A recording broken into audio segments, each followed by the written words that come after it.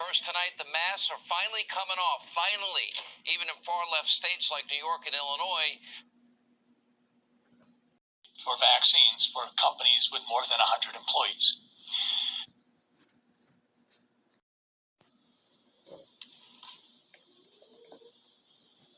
Hi, this is Dr. Scott Jensen, and there's a lot of information that needs to be digested in the recent days and weeks. And that's why I wanted to come on board and do a Facebook Live presentation. I would start out by saying this. We've been played, all of us. They've done it to all of us. Let's start at the beginning. Yesterday, the U.S. Supreme Court rejected President Biden's mandate for vaccines for companies with more than 100 employees. This was basically a press conference on September 9th that President Biden utilized to try to do an end run around congressional action. There were a variety of district courts that weighed in on this mandate and rejected it. But as often is the case, the district courts, the circuit courts didn't all agree. So it ended up going to the Supreme Court. The Supreme Court says, this is the Star Tribune from Minneapolis, the court rejects the one mandate, and that's the 100 employees or more with OSHA, but it allows the healthcare workers in regards to the Medicare mandate. President Biden engaged in an unconstitutional act on September 9th, and the Supreme Court smacked him down. He doesn't get to do that. Let's move on. Let's go to Minnesota politics.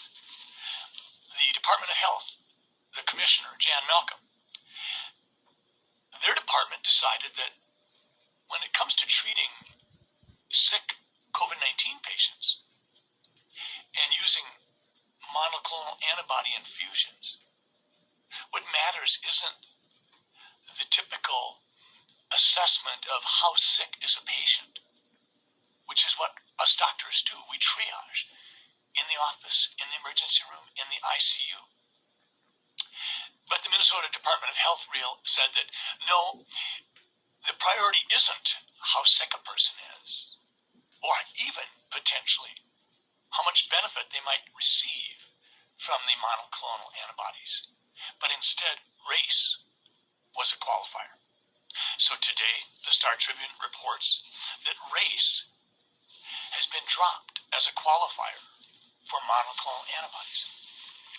Well, that's nice that it's been dropped, but that doesn't change the horror of the fact that the Minnesota Department of Health was willing to step in, tell hospitals, doctors, emergency room physicians, ICU intensivists, hospitalists, nurses, what they would do in terms of how they would triage who needs what.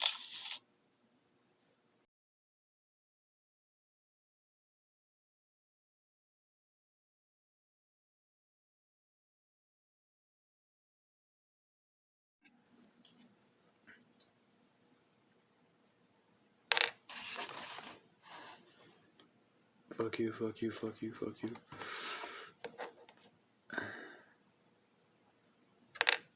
Heaven is on earth for all life. Heaven is on earth for all life. Heaven is on earth for all life. Fuck you, fuck you, fuck you, fuck you. Heaven is on earth for all life. Heaven is on earth for all life. Heaven is on earth for all life. Sumurapi.